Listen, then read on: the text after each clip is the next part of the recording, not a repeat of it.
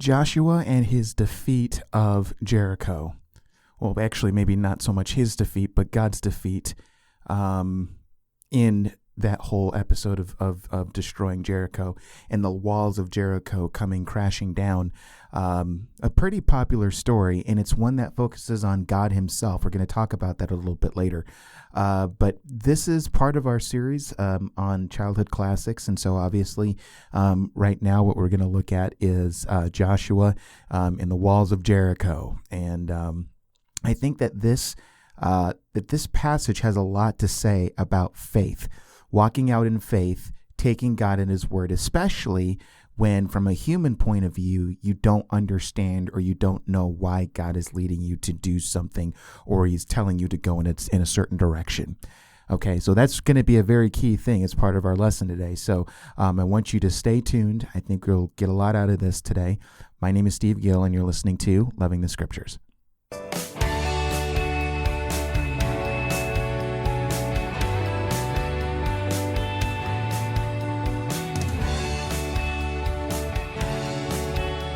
I kind of hesitated a little bit just coming at this and just kind of wondering if this was something that I wanted to include in our series of childhood classics. If you haven't been with us for the past several weeks, I've been doing a series of messages on from what I call childhood classics, and it's just going over and looking over a lot of the well-known stories that you would have been taught as a kid if you grew up in the church, of stories that are well known as stories that are taught to kids. Now, of course, we don't approach these in the form of looking at it through the eyes of a child. I mean, we want to look at it as adults and see what we can glean out of that. But it's amazing just some of the things that we might remember as children, and just kind of seeing like how things can kind of go beyond the childhood perspective of things. And so I think we've done a pretty good job of doing that thus far. Thus far, we've looked at Moses in the burning bush. We've looked at Shadrach, Meshach, and Abednego. We've looked at Jonah and the whale. We've looked at Noah and the ark. Last time we looked at Samson and Delilah. And today we're talking about Joshua and the fall of Jericho. And just as I said a few seconds ago, actually, I wasn't sure whether this should be included because I wasn't entirely sure how much this would be considered a childhood classic. It might be with some, for others maybe not so much. And granted, that's something that I said coming into this series, is that for some of these, if you grew up in the church, some of these might be more classics than others. And then for ones that you don't think are much classics, they might be classics to other people. So, but I kind of hesitated on this one with Joshua, but then I decided to go through with it. I think it is something that if you grew up in the church, it was something that you were taught and told about. And so I just decided to include it. Plus, when I started to look into it and just started to glean some of the things that I wanted to share with you today, I thought, well, I can't pass it up now because now I'm too excited. And so when I get excited about stuff that I discover in the Word and I want to share it, I mean, that's something where I'm like, okay, I got to share this. And so I'm going to share that, share what I've looked at and what I've studied with all of you. But I think if there was a one word that would describe, well, maybe not even describe, but would kind of be a word that would label, that you would use to label the whole thing of Joshua, the Israelite army, and the fall of Jericho, the word that I would use as a label on that story would be this: why? Why? And if you're familiar with the story, you know why I used that word to label that story. Because the way that the destruction of Jericho happened wasn't in any sort of normal conquering sort of way. I mean, it was totally bizarre from a human perspective. I mean, we're talking about marching around the city and stuff and blowing ram's horns and walking around on 7 times on the 7th day and blowing the trumpet and shouting and, all these sorts of things. And you read the story, from a human militaristic point of view. I think the question that you would have to ask, if you were there on the scene, especially if you were there back at that time and you were going through all this and you were receiving these instructions and saying, this is what the Lord says that we need to do in order to bring about the conquering of this city, you might ask, why? What is the purpose behind all of this? And I think that we can come to a good answer when we consider just some of the other things that have happened before this point. Okay. And so yeah, it's going to be good looking into this, but even thinking about this whole situation with the destruction of Jericho and everything surrounding it, it kind of brought to mind a few of the places in Scripture that came to my mind of areas where God instructed His people, or most of the time His people. There's one instance that came to mind that's where the person was not a part of God's people, but where God instructs somebody or a group of people or to do something. And again, like I said, even with Jericho, from a human perspective, in these other examples, what God is telling them to do is just bizarre. It's just really bizarre. It's just really unusual. It's just very weird. And from a human perspective, it could be easy for that person who's told to do A, B, C, or D to say, why in the world would I do that? Give me a reason, give me a rationale as to why I would take those steps to walk out in obedience. And you wouldn't say that necessarily because you're intimidated or because you're afraid of doing A, B, C, or D. It's just a matter of, again, it just doesn't make any sense. It's just bizarre.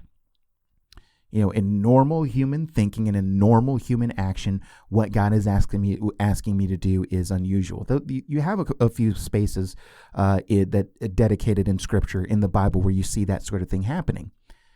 And let's consider some of these examples. I mean, you think, for example, for Luke chapter 5, the story of the miraculous catch of fish. Now, we don't have to go into great detail about this. In fact, several weeks ago, shared a sermon piece on this podcast with a sermon that I preached on the actual passage of Luke chapter 5, verse 1 through 11. I don't remember the episode number. Unfortunately, I should have had that ready before coming into this time, but I do know that the title is Position to Serve. So if you're curious about that and the details of that and picking that passage apart, I would refer you to that episode. But in Luke chapter 5, verse 1 through 11, you have this situation where the Lord is in Simon Peter's boat and he's teaching a crowd that's standing on the shore, and Jesus had to get in the boat because the crowd was crowding him. So Jesus needed a little bit of room, so he gets into Simon Peter's boat. You get the sense that Simon is in the boat with Jesus, and so Jesus is giving a sermon. And then when Jesus is done, he says, "Hey, go out and put out your nets into the deep, so you can let down your nets for a catch." And so if you remember the story, if you're familiar with this story, Peter says, "Master, we've been out all night. We haven't caught a thing, but because you say so, or at your word, I will let down the nets." And just a real quick note here. I don't think Peter was doubting God so much, but I think he was taking God at his word, and just pretty much saying essentially that if it was anybody else who was telling me to do this, I would tell him to get lost. Because Peter recognizes, and he kind of vocalizes this when he rehearses this whole thing back to Jesus. It says, "We fished all night, we haven't caught a thing." He understands that what Jesus is asking him to do is, from a professional fisherman's perspective, is nonsensical. The best time to fish was at night. That's why Peter said, "We've been out all night and we haven't caught a thing." Now it's daytime, when it's not so much a good time to fish in those waters, and Jesus is saying, "Go and let down your nets for a catch." And that's just something that, from a professional fisherman's perspective, that's just something that you wouldn't do normally. And not only that, he says to let down your nets in the deep water. And that is not the best place either. And so, you have the wrong depth and you have the wrong time of day from a professional fisherman's perspective. But Peter says, but at your word, I'm going to go ahead and I'm going to do it. So it's nonsensical from a human point of view, but I'm going to do it. And what happens? There's such a huge catch of fish that the nets start to break and the boats start to sink. Nonsensical request from a human perspective. Yeah, absolutely. But in following through and stepping out in faith, we're able to see God's results. Yeah, absolutely. And it shook Peter so much to the point where he falls down at Jesus' knees and says, "Go away from me, Lord, for I'm a sinful man." I mean, that's how much of a big deal this whole thing was. He was amazed at the catch of fish. That's what Scripture says. So that's one instance that you have there. Another instance that you think about is in the Old Testament. And if you were to look at a place like Numbers chapter 20, so there's a story involving Moses and water from a rock. And water from a rock, not water from Iraq, the country. Water from a rock, okay? And, at this point in Numbers chapter 20, what we have to understand is that Moses has been wandering around in the wilderness with the first generation of Israelites for 40 years. That generation is pretty much gone. They're dead now. And so you have the second generation of people who are there, who are coming closer and closer to taking over the land of Canaan, and they start doing the same thing that their forefathers did and complaining about having no water and and that sort of thing. So we're back on the same cycle of people complaining, bringing their complaints to Moses, just making Moses' life miserable. Let's just put it that way.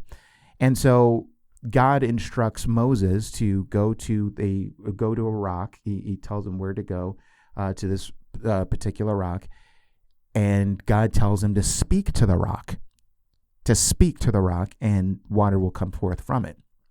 Now, I think it's important for us to know and to understand that this whole thing of water from a rock has happened before. It happened 40 years before any of these wanderings ever even took place. You can read about it in Exodus chapter 17. There you read about the first generation of Israelites. Again, who were complaining about there's no water, we're thirsty, we're going to die. If only we had died in Egypt, blah, blah, blah, blah, blah. You know the whole constant thing that they continued to say over and over and over again, which probably drove Moses insane. And at that point, God had told him to strike the rock and water would gush out. So Moses has been here before. And so now he's given a different set of instructions, which, I mean, compared to what he did before the first time, this second set of instructions with a similar situation seems to be a little bit weird. But nevertheless, God says you were to go and speak to the rock, not strike the rock like you did before. He says, speak to the rock. Okay. And so here's what you have. And I'm looking at Numbers chapter 20, verse 10. It says, then Moses and Aaron gathered the assembly together before the rock, and he said to them, hear now, you rebels. Well, this isn't getting off to a good start here. Hear now, you rebels, shall we bring water for you out of this rock? And Moses lifted up his hand and struck the rock with his staff twice, and water came out abundantly, and the congregation drank, and their livestock. So God still supplied the water, even though Moses disobeyed. But Moses didn't follow through on the Lord's instructions. The Lord said, speak to the rock, and Moses struck the rock, and he struck it twice, which I wonder if the fact that it's highlighted there that he struck the rock twice would indicate just how angry Moses was at this point of his journey. I don't know, but he struck the rock twice. But notice the Lord's reaction to Moses. In verse 12, it says, and the Lord said to Moses and Aaron, because you did not believe in me to uphold me as holy in the eyes of the people of Israel, therefore you shall not bring this assembly into the land that I have given them. Okay, so here, as opposed to what we saw before with Peter, where Peter stepped out in faith and obedience, Moses didn't do so here, and it cost him dearly because he wasn't able to go into the land with everybody else. He was barred from entering in. But if you notice there, the words that that the Lord speaks to him, it says, "Because you did not believe in me to uphold me as holy in the eyes of the people of Israel, therefore you shall not bring the assembly into the land." Okay, so there was a problem of belief. You might even think that Moses may have thought that speaking to the rock isn't going to do anything. I mean, how ridiculous does that sound? I mean, and how would you speak to the rock? What would you say? I mean, would you say, "Please gush out water"? Or, I mean, how do you even approach something like that? I don't know. But Moses somehow had a problem with it, and he went about his own way. And he might have been thinking, "Look, before I struck the rock, and that's what I'm going to do this time." It seems to make much more sense to do it that way than to do it this way, the way that the Lord is telling me to do. And instead of following through with what the Lord said, so that the Lord can work through that situation, so that the Lord can be uplifted as holy in the eyes of the people, because of the outcome of Moses speaking to the rock, more attention is given to what Moses did in striking the rock twice, and the Lord was not happy with that at all. And so Moses went by his own way, which in his mind he did what he probably thought made more sense to him, and it cost him dearly, unfortunately. And here's another situation, and we'll just look at this one more situation, as all of this is setting the stage for the kind of things that we see in this story with Joshua, and just doing things in a way, doing things that the Lord tells you to do, even though it doesn't make a lot of sense. In 2 Kings chapter 5, and here's where we're talking about a situation with a guy who was not part of God's people, was not part of the covenant community. We're talking about Naaman, who was a Syrian. He was a commander of an army, and he had leprosy. And having leprosy was a big deal. And he was informed by an Israelite slave girl, this girl who was taken captive in the midst of battle at some point, to encourage Naaman to go and see Elisha, the prophet. And she says, he can take care of your problem for you. And so he goes over there, and with the expectation that something is going to happen where his skin disease and everything having to do with this leprous problem that he has will be taken care of. And so if you were to look at 2 Kings chapter 5, and verse, let's start at verse 9 here. It says, "So Naaman came with his horses and the chariots and stood at the door of Elisha's house.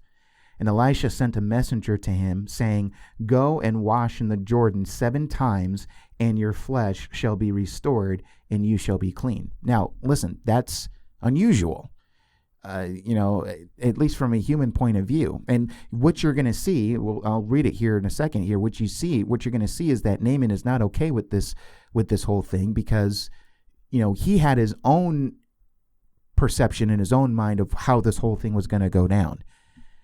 And so what he was told instead made far less sense than anything else that could be told to him. And so if you read further in, that was verse 10, but you read in verse 11, it says, "But Naaman was angry, and he went away, saying, 'Behold, I thought that he would surely come out to me.'" And, he didn't, Elisha himself didn't personally come out. As it said there, he sent his messenger out. It says that, "I thought that he would surely come out to me and stand and call upon the name of the Lord his God and wave his hand over the place and cure the leper." So that was his expectation. It was like he was expecting an abracadabra sort of display from Elisha. He says, "That's what I was looking for. That makes a lot more sense." In verse 12, he says, "Are not Abana and Pharpar, the rivers of Damascus, better than all the waters of Israel? Could I not wash in them and be clean?" And I think what he's saying there is that, these other rivers in Damascus are a lot cleaner. I mean, if this is, and so you see that Naaman is looking at this through human eyes. It's saying, look, even the river that I'm being told to dip myself in 7 times, is dirtier than all these other ones. These ones in Damascus are better. Why not have me dip in those? So Naaman is not happy. And so it says, so he turned and went away in a rage. But his servants came near and said to him, my father, it is a great word the prophet has spoken to you. Will you not do it? Has he actually said to you, wash and be clean? So he went down and dipped himself 7 times in the Jordan, according to the word of the man of God, and his flesh was restored like the flesh of a little child, and he was clean. So Naaman was able to be convinced to turn around, go back, and to follow through with what the man of God had told him to do. And in taking that step, he walked out in obedience, dipped himself 7 times in the Jordan like he was told, and lo and behold, he comes out and he's completely clean. All right. Now, here's the thing, and especially with something like something like that, and even when we look at all 3 of those instances, how in the world do you explain how those things were able to take place? You can't explain those things from a human point of view, and that's the point. That's the point of that you see in those 3 instances. I mean, how is dipping yourself 7 times in the Jordan River going to cure leprosy? I mean, really, if from a human point of view, and if you're really honest with yourself, you got to be somewhat sympathetic to Naaman and how he responds to this whole thing. Because I wouldn't doubt that if many of us were in the same situation, we would have expected the same thing. We would expect, hey, he comes out and waves his hand around the incured parts, or maybe touches us, or whatever, and says, in the name of the Lord, I heal you, or whatever words might be said. But instead, you feel like you're having to jump through these hoops, go out to the Jordan and dip yourself 7 times in the river. What? Why? That makes absolutely zero sense. And even in the midst of the nonsensical command, you ask me to dip myself into a river that's dirtier than ones that are available in Damascus. Why would you do that?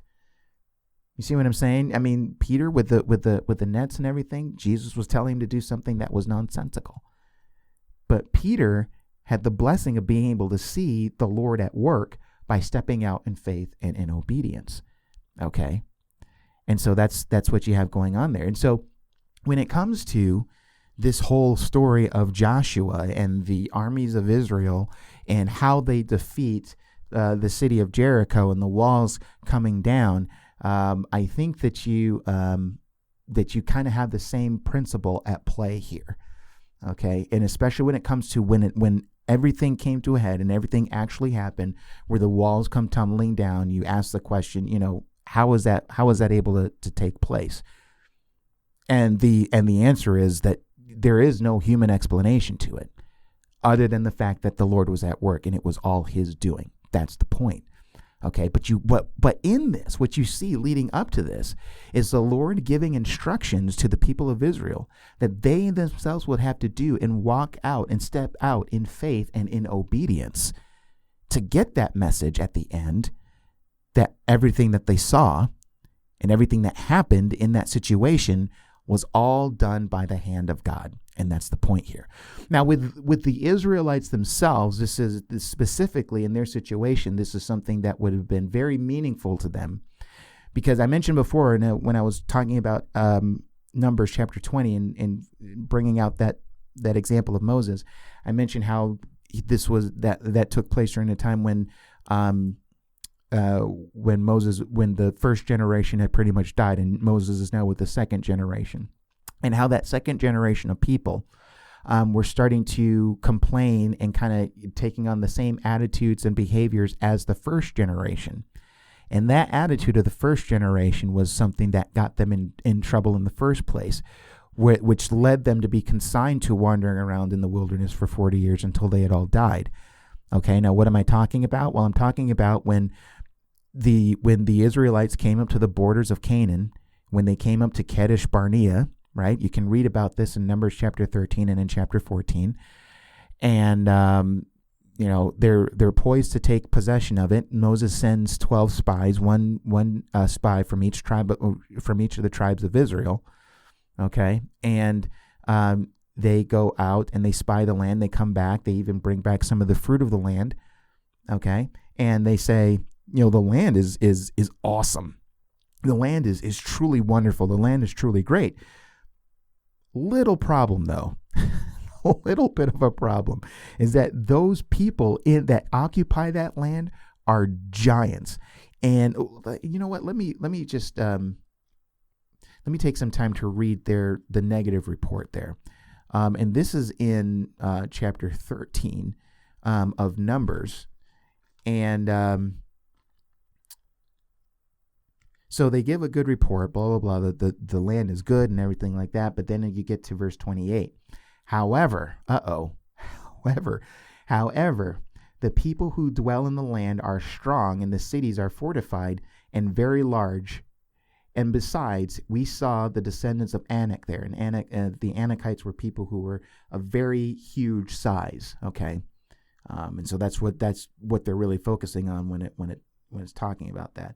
And notice, by the way, just to pause here, but it says, and the cities are fortified and very large. What are we gonna see when it comes to Jericho? Jericho is a fortified city with a tall wall that looks to be impenetrable, right? So keep that in your mind, okay? Now, verse 29 and following: the Amalekites dwell in the land of the Negeb. The Hittites, the Jebusites, and the Amorites dwell in the hill country, and the Canaanites dwell by the sea and along the Jordan. But Caleb quieted the people before Moses and said, "Let us go up at once and occupy it, for we are well able to overcome it." Then the men who had gone up with him said, "We are not able to go up against the people, for they are stronger than we are." So they brought to the people of Israel a bad report of the land that they had spied out, saying, "The land through which we have gone to spy it out is a land that devours its inhabitants, and all the people that we see in it are of great height. And there we saw the Nephilim, the sons of Anak, who came from the Nephilim, and we seemed to ourselves like grasshoppers, and so we seemed to them." Okay, and so as you read further, you go into chapter 14, you see that people start to wail and complain and whine, and so they speak against Moses, and they go through that whole thing. If only we had died in Egypt, and yada yada yada, all that stuff. And so at this point, the Lord has had it, and he says, this generation, this older generation, the generation of adults, are not going to enter into the land. Because of this, they're not going to enter in. Now, the younger generation, who are too young, to even be a part of all of this, they will enter into the land. That's the second generation that I made mention of before. And of the first generation, the only other people that were going to make it in were Caleb. We read what Caleb said. Caleb's confidence and faith that they could take over the land. And when you read in chapter 14, you also read that Joshua was the other person who had confidence that they would be able to take over the land because of the strength of the Lord would be with them. Okay, so Caleb and Joshua display their faith and say that we're able to go in and take this over. And because of their faith, God says that they'll be able to enter the land, Joshua and Caleb, but the rest of these people aren't going to be able to. And so the Israelites quickly have a change of mind. "Oh, no, we're sorry. We'll go and take over the land." And they strap on their swords and they try and take over the land, and the enemy beats them down. So it was not a good situation. And so because of that unbelief, the Lord tells them to take a walk, and they end up taking a 40-year stroll through the wilderness. What a tragedy. I mean, just as far as all of that goes, it was within their grasp.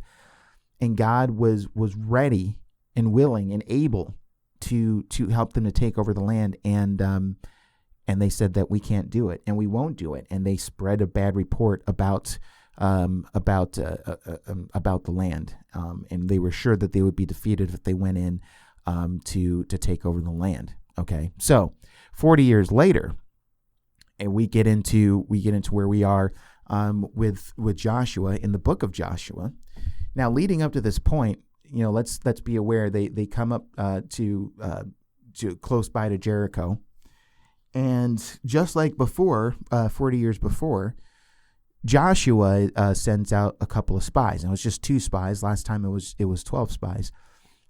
Joshua sends two spies to spy out Jericho. Okay, and they come to a woman's house, a prostitute whose name was Rahab, and so the people of Jericho, they see these two Israelites, and they suspect that these Israelites are trying to spy out the land, and everything. They're aware that they've gone to Rahab's house. They go to Rahab and ask where they are. She says that they've already gone out from her, even though they were hiding up on the roof. And so they go and in pursuit of who they think is our two spies. They go out to where Rahab tells them to go, but Rahab has them hidden at her house all along. Now I want you to pay attention to this here. I'm in Joshua chapter 2, and in verse 8, starting in verse 8, it says, "Before the men lay down, she came up to them on the roof and said to the men, 'I know that the Lord has given you the land, and that the fear of you has fallen upon us, and that all the inhabitants of the land melt away before you. For we have heard,'" now listen to this, verse 10, "'for we have heard how the Lord dried up the water of the Red Sea before you when you came out of Egypt, and what you did to the two kings of the Amorites who were beyond the Jordan, to Sihon and Og, whom you devoted to destruction. And as soon as we heard it, our hearts melted, and there was no spirit left in any man because of you. For the Lord your God, he is God in the heavens above and on the earth beneath." Okay, so Rahab is speaking faith language here, and when you read in the New Testament, you come to understand both in Hebrews 11 and in James chapter 2 that Rahab was commended for her faith. This was a woman of faith, and this was somebody who heard, just like everybody else, everything that the Lord had been able to do for the Israelite people. But unlike everybody else, Rahab responded in faith and attached herself to their God and says, "I'm with you guys and I'm with your God." Okay. And you get a sense that, a large part of that decision is whatever God or whatever religion she was a part of, there was nothing to even compare to what the God of the true God of the Bible was able to do compared to whatever God that she worshiped or whatever God that she served. She might have been thinking, my God doesn't do anything like that. But I want you to notice here, because again, listen, she says there that their spirits were gone. Notice the language that's used here. It says, and that the fear of you has fallen upon us, and that all the inhabitants of the land melt away before you. I mean, these people are terrified. They are shaking in their proverbial boots. And just think about this. That's the state of the people in Jericho. They are afraid of them. But when you think 40 years before, it's the Israelites who are afraid of them. When all along, probably what you had is that those people were still probably just as afraid of them back 40 years before than as they were, 40 years later. Especially given the fact that the Red Sea incident was more recent 40 years before than 40 years after, obviously. Because that's one of the things that the historical events that they draw from. They know very well what God has done. So they, in their historical database regarding God and what he's done for the people of Israel, they have a past event and a more recent event that they draw from to understand that this God that the Israelites are serving and that are following is not a God to be trifled with. And because of him, we're afraid of you guys. That's what she's saying. So in verse 10, she said, for we have heard how the Lord dried up the waters of the Red Sea before you when you came out of Egypt. So that's what happened in the far past, right? That was over 40 years ago. Over 40 years ago, ladies and gentlemen. And that still sticks to their mind. So imagine what their mindset was that in that past time 40 years ago, when the first generation was on the cusp of taking over the land. They might have been just as scared 40 years ago. It was more recent at that time. It had just happened not too very long ago. And now you have here 40 years later, And they're still thinking about it. But not only do you have that, but you have a more recent situation that is on their minds now. And it says, as it says in the middle of verse 10, and what you did to the two kings of the Amorites who were beyond the Jordan, to Sihon and Og, whom you devoted to destruction. Okay. Now you read about this defeat of them in the book of Numbers, and Moses recalls this whole thing in Deuteronomy. I believe it's in chapter 2 and chapter 3. But what's interesting, so this was a battle with these Amorite kings that were on the east side of the Jordan. That wasn't a part of the land that God was giving them. I mean, they still had to cross the Jordan and take over the land on that side. But they had a little run-in with these Amorite kings. Again, you can read about it on your own time. But here's the thing. Here's the one thing about this that would be interesting to note from an Israelite perspective, is that these kings were descendants of people who were huge in size, right? So they had already defeated a king and a people who were large, like the Anakites. They were related to the Anakites, I believe. I believe it was the Anakites, it says. So they had already defeated a big army, people in size that were large. And so you see how it doesn't really make any sense that when it comes to them coming to the borders of Israel, then they were like, oh, wow, we, this isn't something that I think that we should do because everybody there is huge. We're not sure, what's going to happen here. So all of this, well, let me correct the chronology here. Let me just say this. It wouldn't make sense for the second generation to have the same attitude, because the second generation was the one who defeated Sihon and Og. So it wouldn't make sense for them. Okay. The first generation, they didn't have that run-in. Let me make that clear. I'm getting my chronology here mixed up. So basically, let's reduce it down to this. Basically, what you have is, from Rahab's perspective, you have an incident that dates all the way back to the first generation, as well as something that happened with the second generation. Second generation defeats Sihon and Og, and then the Reubenites, the Gadites, and the half tribe of Manasseh take over their land. And so that's something that's very fresh on the minds of the people of Jericho and Rahab and everybody like that. So you take those two instances together, and you see that over a 40-year time span, you have a God who is still working powerfully with his people. And so that's why with a combination of those two historical events, and you have these people who are in despair. And you would have had these people who probably still would have been in despair 40 years before if the first generation had taken the steps that they needed to. But here you have Jericho and the people in it who are just scared out of their minds. Rahab wants to make sure that she's treated well along with her family, so she and her family are saved out of the destruction and everything like that. Okay. And so after a few days, the spies return to Joshua. Now, I want you to notice here, in verse 23 of Joshua chapter 2, it says, "Then the two men returned.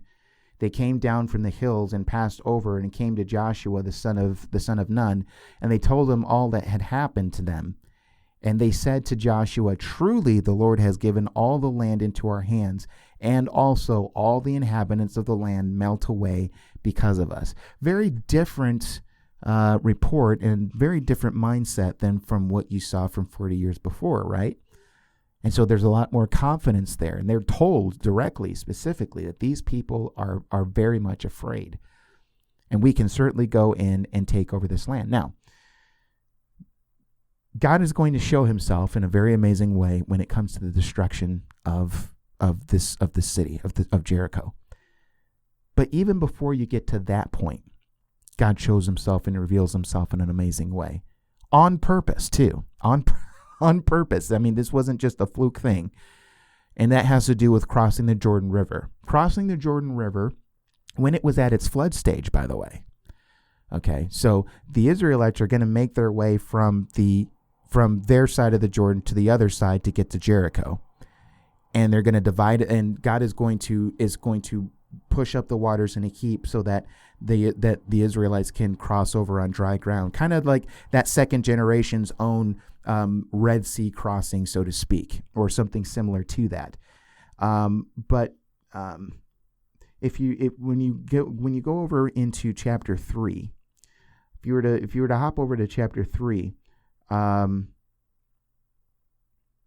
and in verse 10, Joshua is giving instructions here. In verse 10 of Joshua chapter 3, and Joshua said, "Here is how you shall know that the living God is among you, and that he will without fail drive out from before you the Canaanites, the Hittites, the Hivites, the Perizzites, the Girgashites, the Amorites, and the Jebusites." All right, he's going to give them a sign. This whole thing with them crossing the Jordan River, the way that it did, was deliberate to show them a sign that God is among them. And that's such an important thing in any walk of in any category of life, of knowing that God is in your midst, that God is with you, that God is among you, that he's with you, even when it comes to things that he's asking you specifically to do. And so he says, this is what I'm going to do to show them that I'm among them. Verse 11, he says, "Behold, the ark of the covenant of the Lord of all the earth is passing over before you into the Jordan. Now, therefore, take 12 men from the tribes of Israel, from each tribe a man.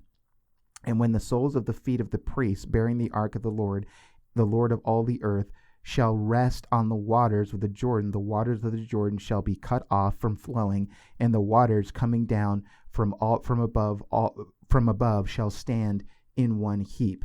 And so if you know the story, they all, it happens exactly as Joshua says, and they all walk together on dry ground, okay? And they cross over to the other side of the Jordan. So this is, so God is giving them another indication. He says, "Look, I am with you. I am among you. I'm in your midst." So God was with them when he defeated the kings on the east side of the Jordan. He's with them in crossing and having them cross over to the other side of the Jordan, okay? They've gotten a good report, right? That God has gotten a good report that everybody in Jericho is scared out of their minds because of the Israelites, which should boost their confidence. There's no reason for them to be afraid of those in Jericho, because Jericho is absolutely petrified of them, all because of what God has done on behalf of the Israelite people. Okay. So basically all that we see that's going on here, all of this is in the hand of God. All of this chalks up to what God is doing. Now, when you get to chapter 6, and we don't have to go into great detail here. In fact, you can read the actual account on your own, and I'll just give you a summary of what you see going on in Joshua chapter 6. But the instructions were pretty much like this: the Israelite army was to march around the city of Jericho for 7 days. On 6 days, they were to encircle the wall once. The priests carrying the Ark of the Covenant would be walking after them, so they would be there as well, and all of them would walk around the city perimeter once for 6 days. Okay. And it's what's interesting here. Again, we're made aware again of the fact that the people of Jericho are very much afraid of what's going on here. And in verse 1 it says, "Now Jericho was shut up inside and outside because of the people of Israel. None went out and none came in." So they are shut in. They've locked their doors. Okay, and so there may be fear and everything like that, but with the wall and being secure, there might have been a sense of security, a sense of confidence on their part in thinking that there's no way that the Israelites are going to get in here. But you got to imagine, what did this whole thing look like? And some of these people surely would have seen the Israelites, making this lap around their city, because a lot of these people, some of their houses were built into the wall. Right, that's how this whole thing was structured. Some of the people lived in houses where the window was attached to the wall. They could easily look out and see what's going on here, and you see the Israelite army just walking around. And by the way, there's ram's horns that are blowing during this whole thing. And one of the things that Joshua tells them is that while they're blowing the horns and while they're walking around the city, they are not to speak a word. They're not to speak. They're not to talk. They're not to do anything of the sort. Okay, they're to keep absolutely quiet. And so that's what they do. Now, they do this for 6 days. So for 6 days, they get up early in the morning, they walk one lap around the city. The priests are blowing the horns. There's priests that are carrying the ark of the Lord, and they're walking around the city. They do that once, just one lap, and then they go back to the camp. And they get up on the second day and do the same thing. The third day, do the same thing. On the seventh day, what they were to do is they were to march around the city 7 times. So they march around 7 times, and then when they hear the blast of the trumpet, everybody was to shout as loud as they could. And when they shouted, the walls would come down. And that's what you actually read here. Let's see where it is. In chapter 6, verse 15, on the 7th day, they rose early at the dawn of day and marched around the city in the same manner 7 times. It was only on that day that they marched around the city 7 times. And at the seventh time, when the priests had blown the trumpets, Joshua said to the people, "Shout, for the Lord has given you the city, and the city and all that is within it shall be devoted to the Lord for destruction." You skip down to verse 20. It says, "So the people shouted, and the trumpets were blown.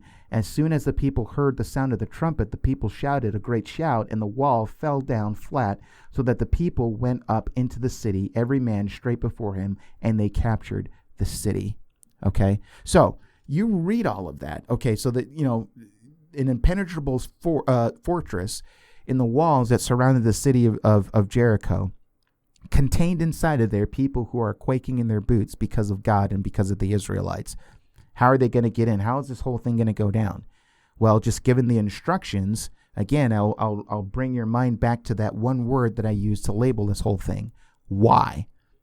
Why in this way? Why one lap around the city for each day for 6 days, and then 7 times, and then the loud shout and the walls coming down? And why is that? I mean, now you're going to have some commentators who will try and come up with all sorts of explanations and everything like that. Well, it was because of this, or because of this, or because of the structure here. And when the sound did this, it would shift it. All these different explanations, which I think are totally unnecessary. I think the right response is the same ones that you would have in reading this and say, why would it go down like this? It doesn't make a lot of sense. Exactly. If you say this doesn't make a lot of sense, it seems like nonsense, I say exactly. And I think that's the point. That's the point. The point is that you have these people who go out in obedience, in faith, and in doing so, they're able to see God do amazing things to a point where, this doesn't come from any sort of human thing that they do, which gives them all the idea, all the more, that everything that happens is from the hand of the Lord, and that the power of the Lord, therefore, is with them to be able to overtake the city and to destroy the people within it. Okay? That's ultimately what you have there. You don't need any sort of explanation. Why did God have them do it the way that they do it with all the march and everything? I don't know. I don't think we have to know. I think not knowing is actually part of the point. That's part of the point. But what we needed to see and what actually happened was that you had Joshua and the Israelites walking out in obedience and in faith. Basically, you can chalk this all up to this being a march of faith around the city walls of Jericho. And doing exactly what the Lord says.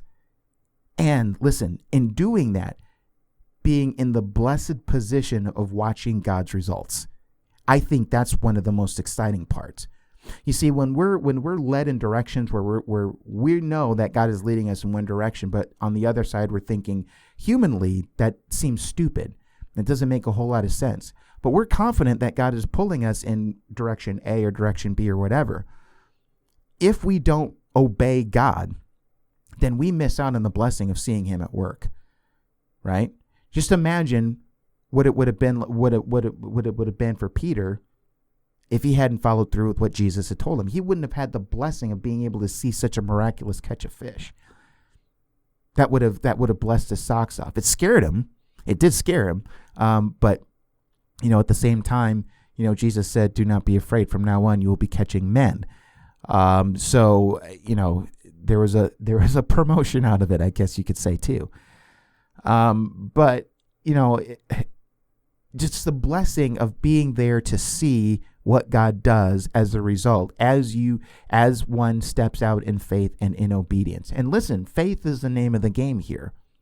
Yes, you might not know why you're doing what you're doing. I mean, if we're talking about the Israelites marching around, you don't understand why you're doing this. You don't understand what's going on here. It all just seems pretty weird.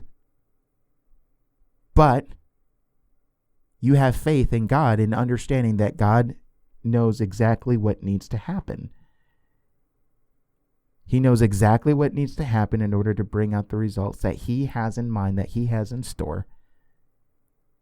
And so by faith, the Israelites, Joshua, everybody else, the priests, did exactly what the Lord had told them to do. And you see, obedience is that exercise of faith, really, if you think about it.